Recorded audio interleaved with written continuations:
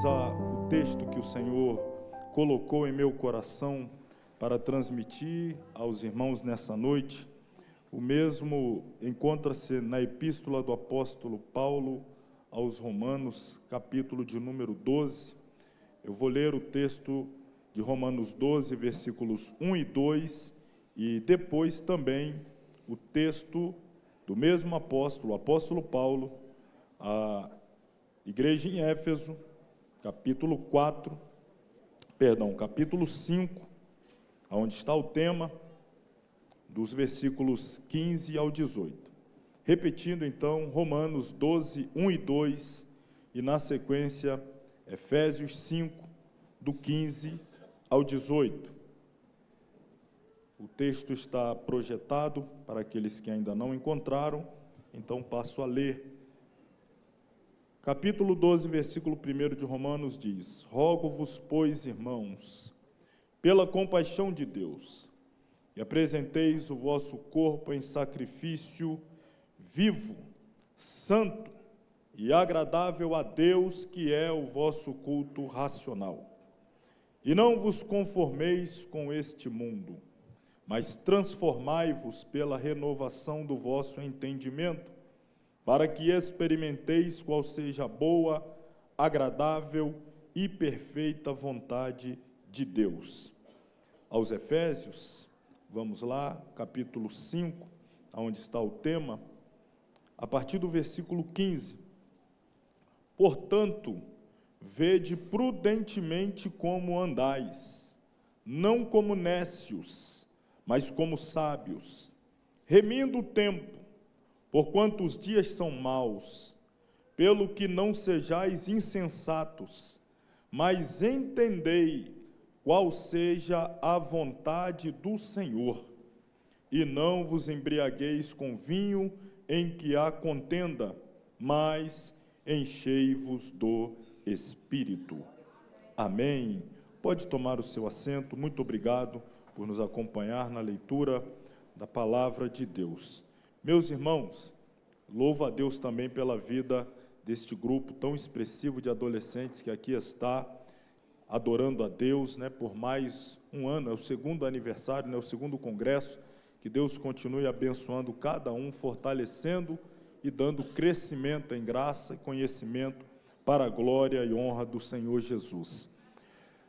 Meus irmãos, a epístola escrita pelo apóstolo Paulo aos Romanos, possivelmente seja uma das epístolas mais soteriológicas de toda a Bíblia, ou melhor, de todo o Novo Testamento. Quando nós intitulamos uma epístola de soteriológica, estamos com isso, usamos um termo teológico, que significa que é uma epístola que trata basicamente do assunto da salvação, ou da doutrina da salvação. Paulo está preocupado em desenvolver toda a teologia em torno da salvação para esta igreja que estava ali na cidade de Roma.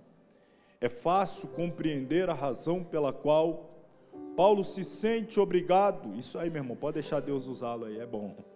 Nós conseguimos compreender a razão pela qual Paulo se deixa usar para escrever uma carta com este conteúdo para os irmãos da igreja de Roma. Haja visto que não foi Paulo o fundador da igreja que estava ali na cidade de Roma. Paulo não foi o responsável pela fundação daquela igreja. Até mesmo lendo todo o conteúdo, nós encontramos momentos em que ele revela o seu desejo de ir a Roma, com a finalidade de conhecer aquela igreja, de conhecer os irmãos que ali servem a Deus. De maneira que a igreja de Roma pode ter sido um resultado indireto do ministério de Paulo. Alguém que ele tenha alcançado por meio do seu ministério em outra região da Ásia Menor ou mesmo da Europa, pode ter sido responsável por, voltando a Roma ou indo a Roma, estabelecer a igreja que lá estava. E agora Paulo quer ter a certeza de que os irmãos que reúnem naquela igreja e que estão aguardando a volta de Jesus, estão bem fundamentados em sua fé, estão bem enraizados no que tange as convicções da salvação.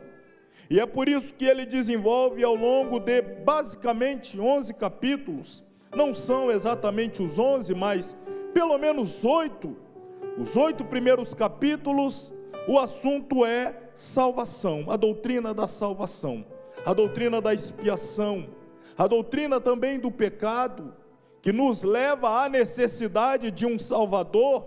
Então Paulo vai desenvolvendo todo esse conteúdo acerca da necessidade de colocarmos a nossa fé em um Salvador que é capaz de nos remir de todo o pecado, levar toda a nossa iniquidade.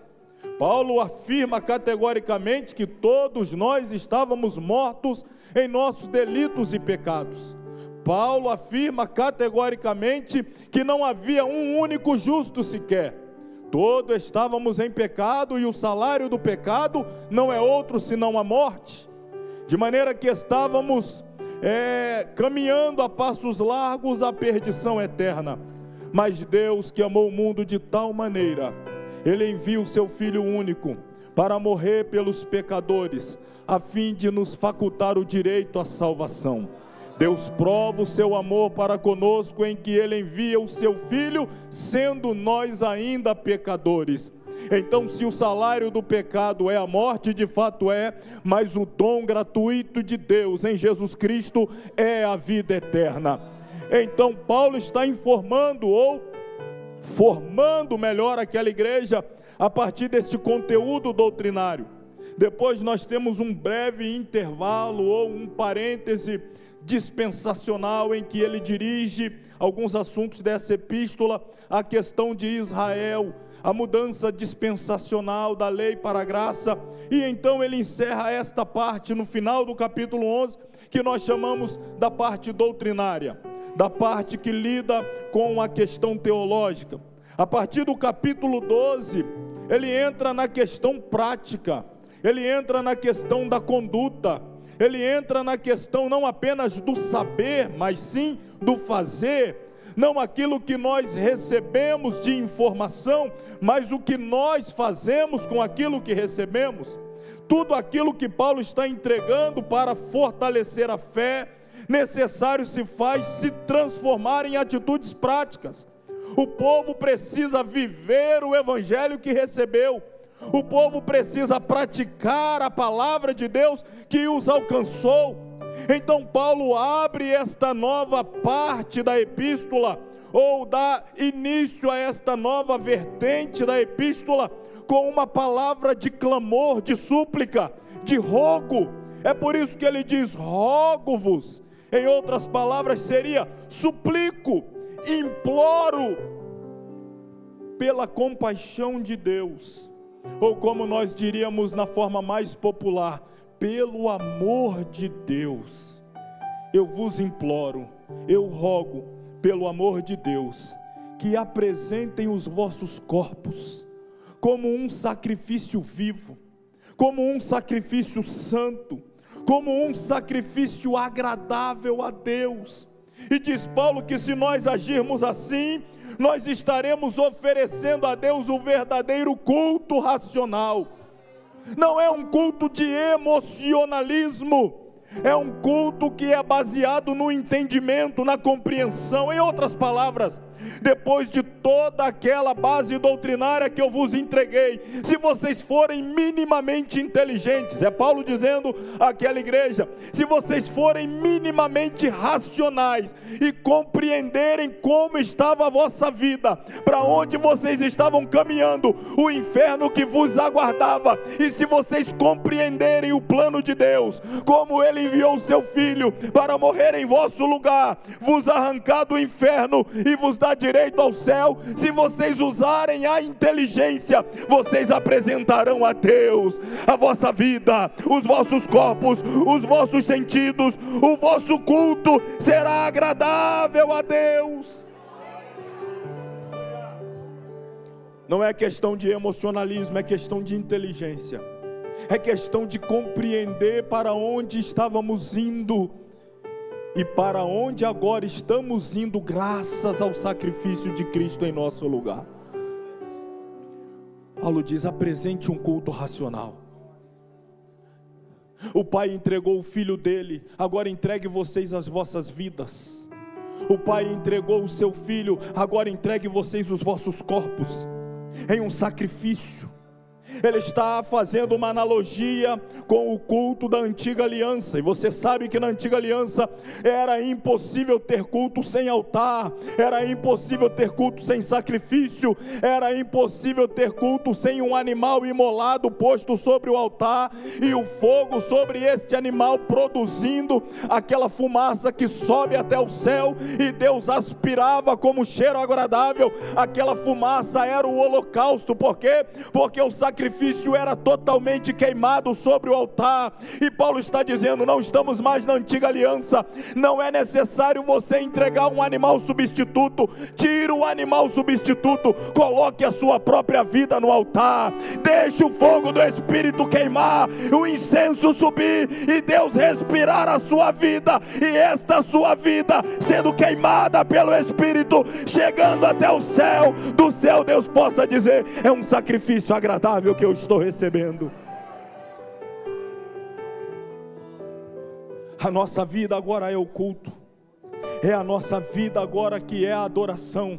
Não são 2 horas e meia semanais no domingo, talvez um pouco mais aqueles que também vêm dia de semana, mas nem todos. Não, o culto agora é a nossa vida.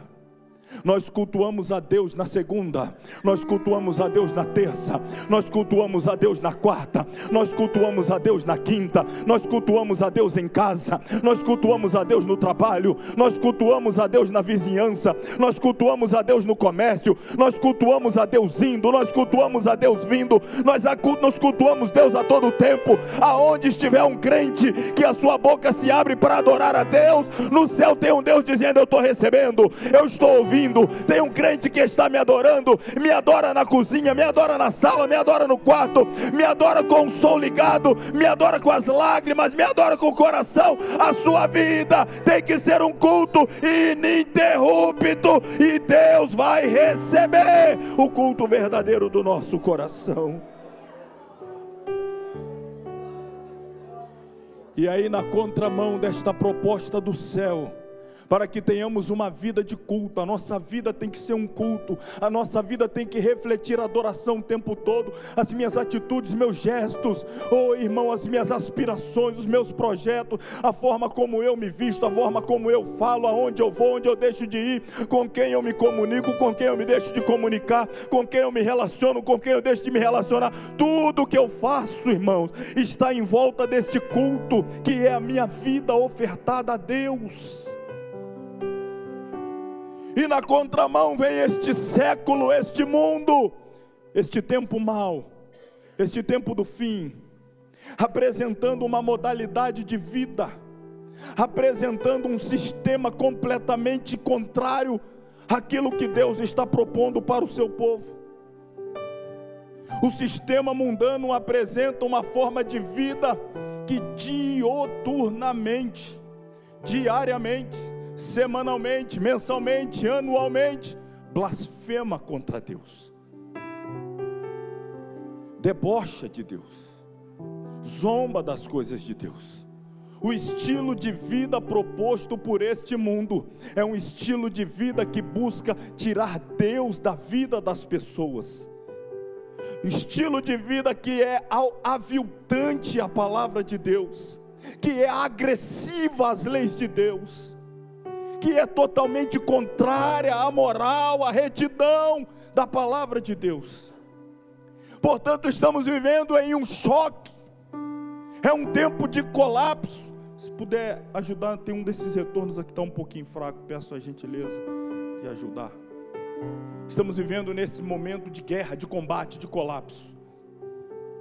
Não dá mais para ficar em cima do muro, aliás, nunca deu, mas nesse tempo do fim é que menos dá. É hora de se posicionar, é hora de colocar uma postura, e não dá para esperar adolescentes ficar jovens, jovens ficar adultos. É tempo do quanto antes, porque Porque se a igreja está tardando em formar cidadão do céu, o inimigo não está perdendo tempo em formar candidatos ao inferno. Está atacando o mais rápido possível. Já está atacando no ventre, já está atacando na mais tenra idade, já está investindo nas escolas, lá no início, na pré-escola, no maternal, no início, nas origens, já está deformando naquela fase de formação, a deformação já está operando ali. O mundo não está perdendo tempo, a igreja também não tem tempo a perder. O diabo está oferecendo um estilo de vida antagônico à lei de Deus, e a igreja precisa se posicionar firmemente, dizendo: nós não somos daqui, nós não estamos preparando moradores do inferno, nós estamos preparando os cidadãos do céu, nós estamos preparando uma igreja, não para ficar aqui e ser regida pelo anticristo, nós estamos preparando uma igreja para ouvir o toque da trombeta e ser levada ao encontro de Cristo. Nós estamos indo na contramão. Não vos conformeis com este mundo, é a continuidade da súplica do apóstolo. Ele está implorando, parece que eu ouço ecoar da voz do apóstolo Paulo para a nossa geração, dizendo: não, geração do arrebatamento, não se conforme com este mundo.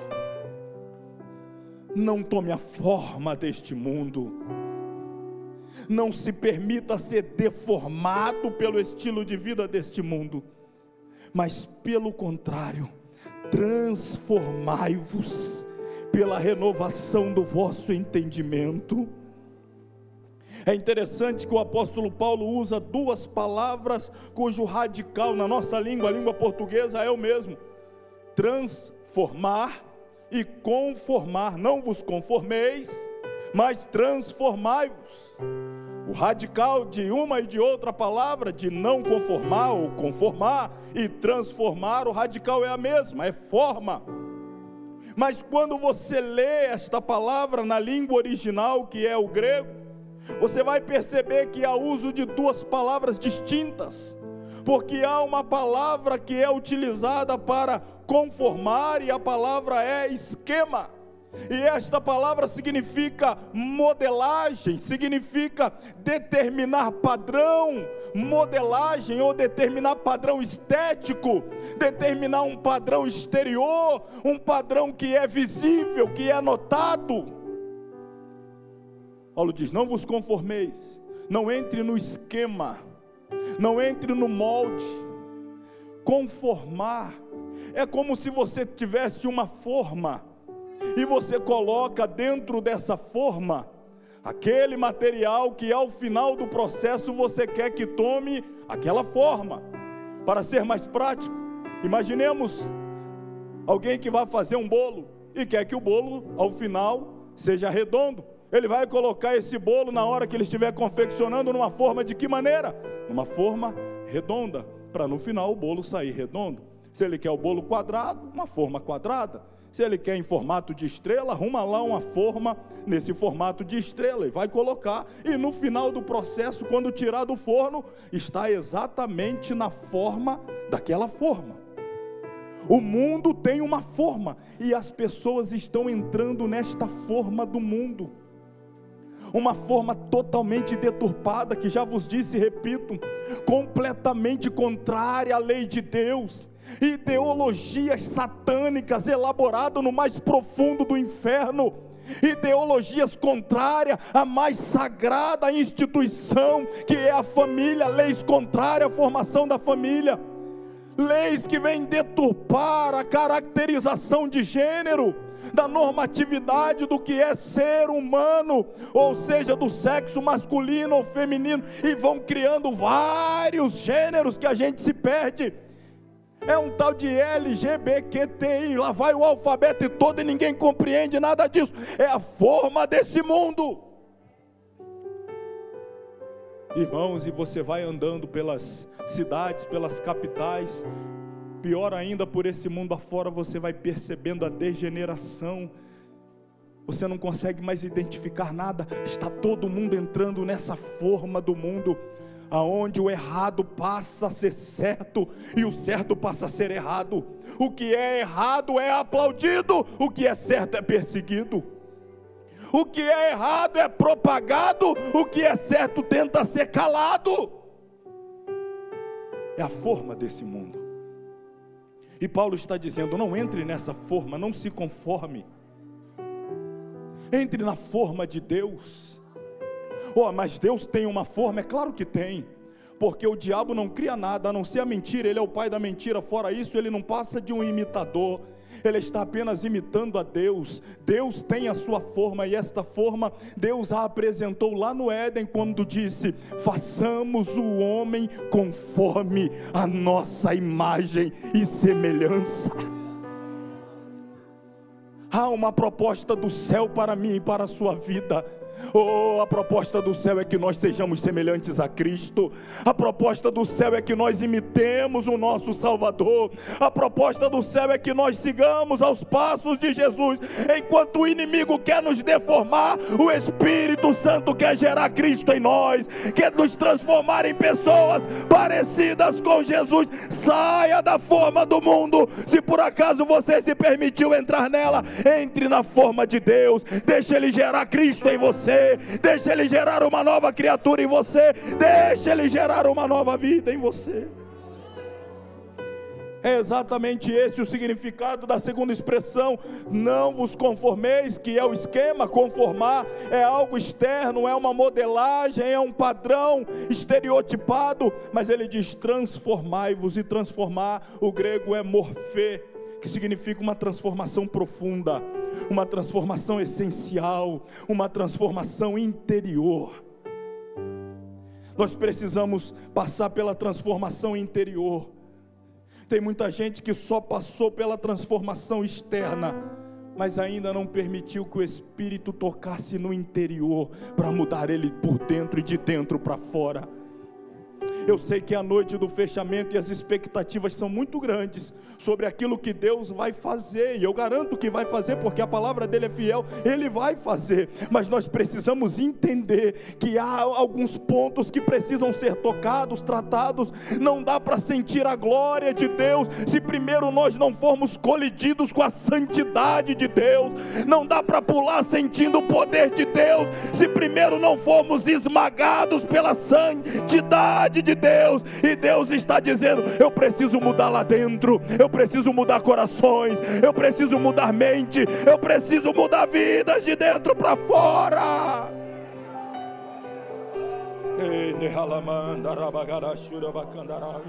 A transformação exterior é rápida, em alguns casos vazias e até mesmo fútil. Agora a transformação interior, ela dá trabalho. É mudança de mentalidade, é mudança de pensamento, é mudança de caráter, é mudança de vida, é mudança de costumes, é mudança de vontade, é mudança de pensamentos e emoções. É colocar tudo no controle do Espírito Santo. A expectativa é ser cheio, mas o Espírito Santo está dizendo: primeiro eu preciso esvaziar algumas coisas. Não dá para coabitar no mesmo espaço que tem algumas sujeiras. Primeiro nós vamos limpar. Ele vai limpar, Ele vai limpar, Ele vai limpar, Ele vai limpar, e depois Ele vai entrar. Ai te cavá, urabacandarabahaya, desce, tahava, serra mandaraia. E camarabacalabachuribique andarabahaya.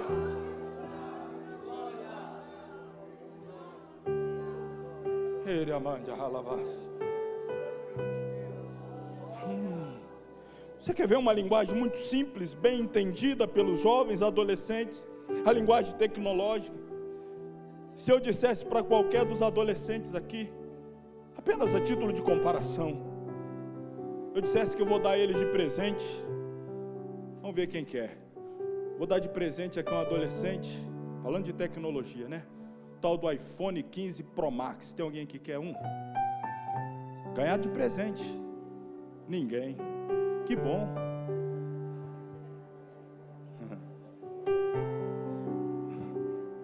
Entenda o que eu quero dizer. Usando o termo aqui tecnológico, todo mundo, principalmente jovens adolescentes, entende. Mas eu dissesse assim: só que tem um problema. Esse aparelho que eu vou lhe dar, ele já possui dentro dele aqui, na sua programação, no seu conteúdo, ele tem alguns aplicativos que não edificam, alguns aplicativos que não vão de encontro à nossa fé. Tem algumas fotos e vídeos aqui nele também que, olha, é totalmente contrário àquilo que cremos, não tem nada de bom a nos oferecer. Eu perguntaria, ainda assim você quer? Eles diriam, quero, mas ele está todo poluído, contaminado. Sabe o que eles diriam? Mas eu sei o que eu vou fazer. Eu vou levar numa lojinha, e a pessoa que trabalha lá nessa lojinha de celular vai fazer o quê? Como é que faz? Formatar, não é? Resetar. Ele vai pegar tudo que há de ruim ali, né?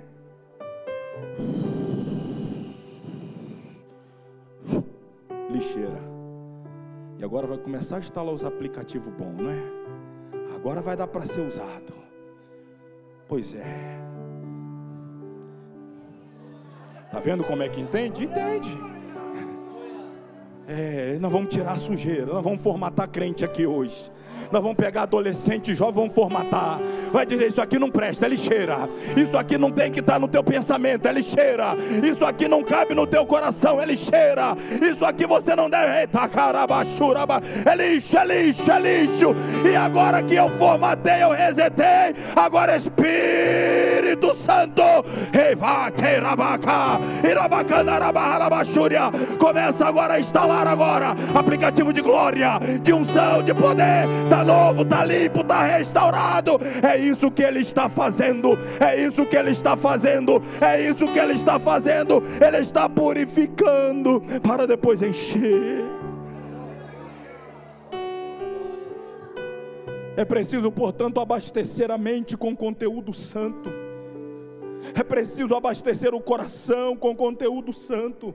Oh, irmão, tudo que há no mundo, a concupiscência da carne, a concupiscência dos olhos, a soberba da vida, não vem do Pai, mas é do mundo. É o que o mundo tem a oferecer, concupiscências. E nós vemos um congresso como esse, para falar a verdade ao mundo, irmãos, desde muito cedo. Os adolescentes já têm acesso àquilo que você não imagina, o mundo está oferecendo, fácil, está na palma da mão. Todo tipo de concupiscência, todo tipo de imoralidade, todo tipo de deturpação moral, de gênero, de ideologias e etc. E a gente chega em dias como hoje, é o momento de Deus começar a purificar, dizendo, arranca isso da sua mente, isso não presta, isso só te traz tristeza, depressão, ansiedade, isso só te traz angústia, isso só te traz vazio na alma. Mas se nessa noite você acreditar na palavra de Deus, e jogar fora tudo isso que não presta, oh, tem algo poderoso do céu, para encher a tua alma, tem algo glorioso do céu, para encher a tua vida nessa noite. Só se nós tivermos a coragem e a disposição, irmãos, de lançar fora tudo aquilo que não presta, nós então iremos experimentar qual é a boa, qual é a agradável, qual é a perfeita vontade de Deus. Primeiro nós temos que abrir mão da nossa, para então conhecermos a dele. Primeiro temos que nos despir do nosso eu, para nos encher do Espírito dele. Precisamos ter coragem de receber palavras confrontadoras. Quando ele diz que eu sou pecador, eu respondo, eu sou mesmo, Jesus, tenha misericórdia de mim. Quando ele diz que o que eu estou fazendo não o agrada, eu tenho que dizer, me perdoa, Jesus, arranca isso de mim, para que ele possa derramar da sua pureza, da sua glória, do seu Espírito, da sua unção, da sua virtude.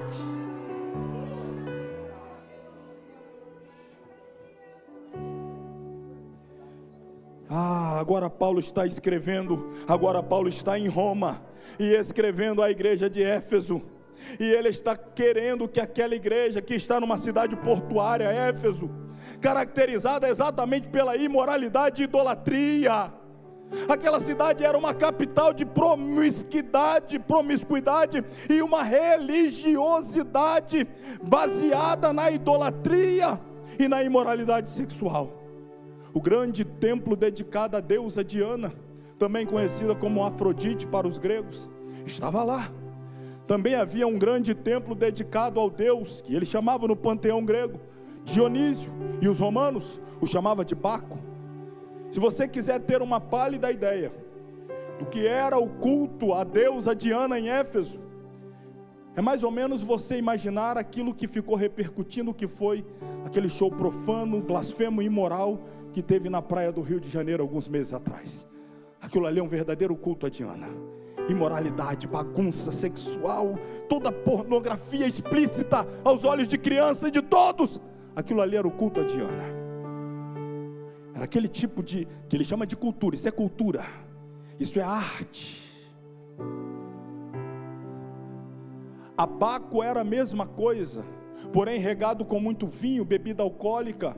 E ao final, depois de toda essa ingestão de bebida alcoólica, ia-se então para a imoralidade sexual, o que vai dar origem ao termo que é tão pejorativo, é o tal do termo bacanal, que era o culto a Baco. Isso era a cidade de Éfeso. E Paulo está querendo fazer a igreja entender, e nós precisamos falar claramente algumas verdades, como Paulo está dizendo aos crentes daquela igreja. Ele está dizendo: vocês não percebem que vocês estão inseridos em um contexto de contínua e ininterrupta batalha espiritual? Ninguém está num parque de diversões, não é um domingo no parque, é um campo de batalha. Paulo está dizendo: desperta, crentes de Éfeso, acorda, compreendam que a batalha está travada, mas não é contra carne e sangue, são hostes espirituais da maldade, são demônios que estão no topo dos governos, das academias. Quando falo academias, estou falando de centros culturais, as faculdades, as universidades. São demônios que estão comandando todo esse sistema ideológico, demônios. Mas ele vai dizer: isso é cultura. Alguém precisa ter coragem de falar. E Paulo está dizendo: igreja de Éfeso, como é que vocês acham que vão prevalecer em um mundo em que os demônios estão batalhando, usando todas as suas armas, as hostes espirituais da maldade, os principados e os potestades, usando todo o seu arsenal para deturpar a moral, para deturpar a conduta social, para destruir a sociedade? Igreja de Éfeso, como você acha que vai sobreviver a um mundo tomado por hostes da maldade, se vocês não forem cheias do Espírito Santo?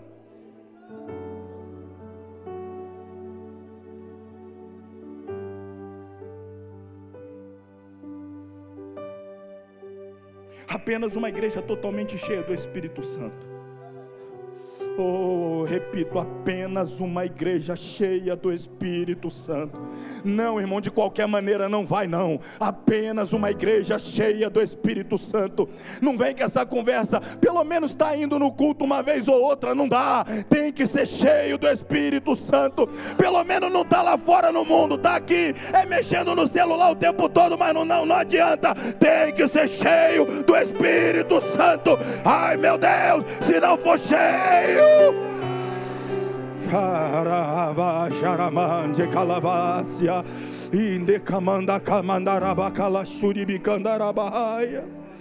apenas uma igreja totalmente cheia do Espírito Santo será capaz de triunfar contra um sistema maligno. Sabe qual é a palavra de Jesus? Lá no Apocalipse, já no finalzinho, nos últimos capítulos e últimos versículos, apontando para o tempo final, ele diz: olha, no final é assim: quem é sujo, faz o quê? Suje-se mais ainda. Quem é injusto, faça mais injustiça ainda. Esta é a palavra para o mundo: sujo e injusto. Mas quem é puro, purifique-se mais ainda. Sabe de uma coisa? A primeira parte que diz respeito ao mundo, quem é sujo, suje-se mais ainda. Se eu tivesse que dar uma nota para o mundo nesse quesito, eu diria: o mundo tem nota 10. Porque a ordem para ele é se suje mais, eles estão se sujando mais. Agora a pergunta é, e a ordem para a igreja? Santifique-se mais ainda. Qual nota você dá para você? Você hoje é mais santo do que era há 10 anos atrás? Você hoje é mais santo do que era há 15 anos atrás? Você hoje é mais santo do que era 20 anos atrás? Então a ordem não é relaxe, a ordem não é afrouxa, a ordem não é deixa passar, a ordem não é faz de conta que não aconteceu, a ordem não é faz vista grossa, a ordem do céu é seja mais santo, seja mais puro, entra pela porta estreita. O que era pecado ainda é, o que chateava Deus lá ainda chateia, o que ofendia o Espírito Santo lá ainda ofende hoje. Igreja seja mais santa, igreja seja mais santa, igreja seja mais santa.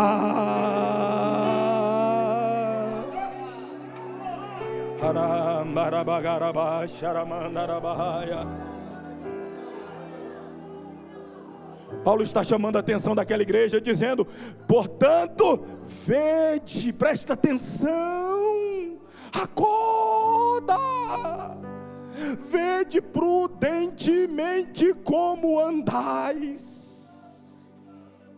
Não ande como nécios, como os loucos, ande como sábios. E como é que andam os nécios? E como é que andam os sábios? Ele explica no contexto. O versículo 8 ele diz: portanto, noutro tempo erais trevas, mas agora sois luz no Senhor. Não ande como os nécios, ande como filho da luz. Não fique querendo copiar nécio, não fique seguindo em rede social nécio, não fique curtindo roupa de nécio, não fique dizendo que quer ter corte de cabelo igual do nécio, não diga que quer ter uma vida igual do nécio. Oh, vede prudentemente como andais. Pergunta quais são os referenciais de muitos hoje. Ele vai dizer a atriz, o artista, o jogador de futebol, nécios, nécios, nécios, nécios. Ah, você viu o vestido dela, eu queria ter um igual. Você viu o corte do cabelo dele, eu quero ter um igual. Você viu que cor que ela pintou dela, eu quero ter um igual. Você viu, eu quero ter igual, eu quero ser igual, eu quero ser igual. Pare de andar igual nécios. A igreja tem um outro padrão.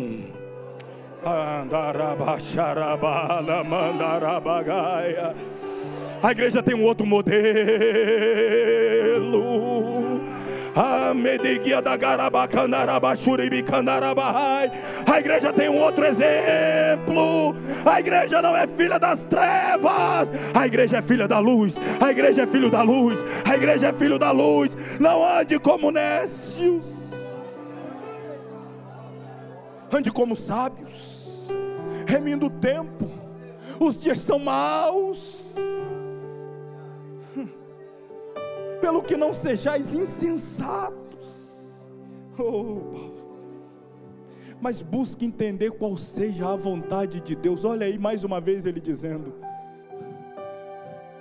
para de seguir o seu coração enganoso, querendo saber qual é a sua vontade, cheio de querer. É tempo de saber qual é a vontade de Deus. Pastor, eu queria que fosse assim, mas você já procurou saber se essa é a vontade de Deus? Não sei, mas eu quero. Mas igreja não é o que você quer. Igreja, é o que Ele quer, a vontade dEle, é do jeito dEle, é da forma dEle, é segundo a lei dEle, a palavra dEle. Busca saber qual é a vontade dEle. Quem se conforma com esse mundo é o tempo todo pressionando liderança para imitar o que faz o mundo. Por que as paredes, deu uma baita polêmica, né? As igrejas agora de parede preta e não sei mais o que, não sei mais o que. Irmão, não fui eu que falei, perguntaram um pastor que fez isso na igreja dele. Foi um entrevistador, talvez você viu esse vídeo, de uma rede de TV, perguntou a ele: por que é que você pintou a sua igreja de preto igual do mundo? A resposta dele: porque Deus quis? Porque Deus mandou? Porque está na Bíblia? Não, a resposta foi: é porque é uma tendência mundial. E nós estamos seguindo a tendência. Ah, é assim que funciona agora? É a tendência aí que diz como é que deve ser na igreja? É duro para você esse sermão? Te escandaliza essa palavra? É assim que a gente vai se guiando agora? Vamos ver qual é a tendência e vamos seguir a tendência? Vamos ver o que está dando certo lá fora e vamos imitar? Nós temos um padrão. Nós precisamos ir voltar aí para o joelho, para a oração, e perguntar a Deus: qual é a tua vontade, qual é o teu projeto, qual é o teu propósito, qual é o teu querer. Paulo está dizendo: não seja insensato. O insensato anda segundo o seu coração, mas o sábio busca saber qual é a vontade de Deus. E qual é, Paulo? A vontade de Deus não é que vocês se embriaguem com vinho. Então qual é a vontade de Deus? É que vocês sejam cheios, sejam cheios, sejam cheios, sejam cheios, sejam cheios, sejam cheios. Deus quer uma igreja cheia. Deus quer uma igreja cheia, não de pessoas, mas do Espírito. Não de modismo, mas do Espírito. Não de inovações, mas do Espírito. Ele quer e vem buscar uma igreja cheia do Espírito. Uma igreja cheia do Espírito. Uma igreja cheia do Espírito. E caminhando para o meu fechamento aqui por conta do horário, encha-se do Espírito, enchei-vos do Espírito.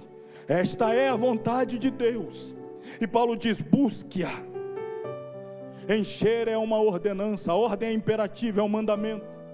Logo deve ser obedecida, não deve ser questionada, deve ser obedecida. É ordem. Enchei-vos. O grego é imperativo, é uma palavra de ordem. Nós poderíamos dizer que é um mandamento de Deus para a igreja. Pense nos 10 mandamentos, lá está escrito: não adulterarás, por exemplo. Se alguém fere o mandamento, é disciplinado. Não matarás. Se algum fere o mandamento, é disciplinado. Não furtarás. Se algum fere o mandamento, é disciplinado. Aí vem o mandamento: encha-se do Espírito. E quem não busca ser cheio, o que faz?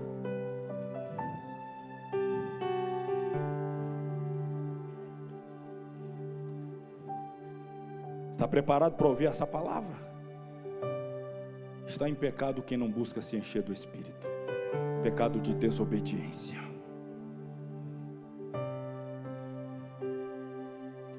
Eu sei que não é isso que vai acontecer aqui. Eu sei que não é o que aconteceu ontem. Eu conheço a igreja diferente. Mas tem poucos anos atrás eu fui pregar em um congresso de jovens, em uma cidade do sul do nosso estado. Tinham aproximadamente 70 jovens. Era de todo o campo, lá na sede. E deram um tema desse de avivamento, Atos 2, algo do tipo. E eu preguei dentro do tema que me deram, com a proposta de levar os jovens a desejar mais enchimento do Espírito.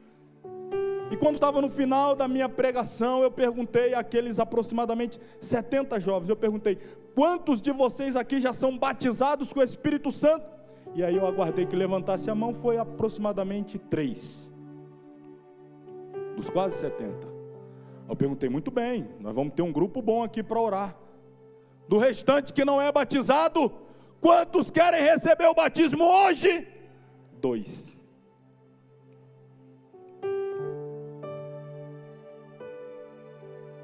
Assembleia de Deus.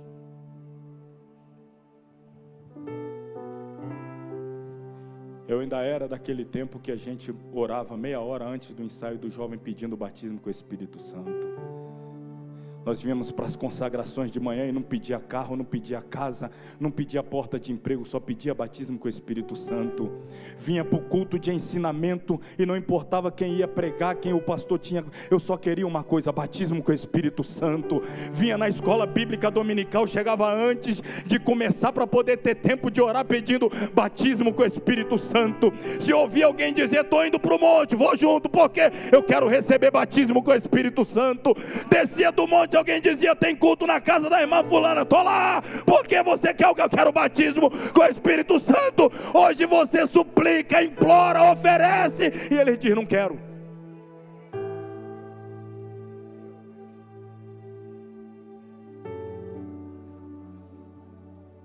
Ei, derravácia. Encher-se do Espírito Santo é necessidade. Jamais triunfaremos sobre a carne se não formos cheios do Espírito Santo. Se você continuar alimentando a sua carne e achando que vai ficar de pé, está enganado. Você é presa fácil, vai cair. Só vai ficar de pé quem não alimenta a carne, mas busca ser cheio do Espírito Santo. Ser cheio é necessidade de sobrevivência espiritual.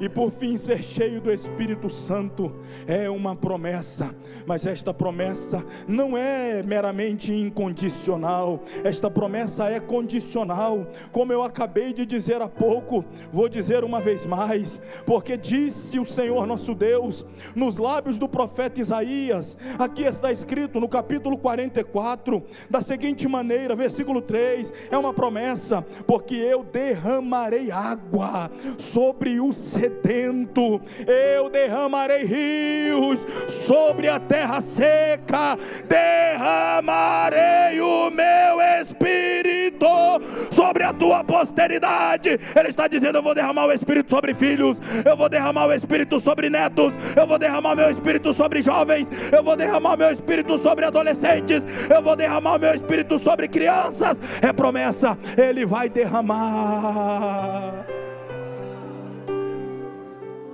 Só que, como disse e repito, a promessa é condicional, e ela começa dizendo: derramarei sobre o sedento. Derramarei sobre o sedento. Então, como o Espírito Santo não é promoção de fim de feira, eu não vou ficar insistindo aqui até 11 horas da noite. Eu vou perguntar uma vez só: aonde estão os sedentos? Se temos sedentos aqui, não perca tempo, se levanta e vem para o altar. O sedento,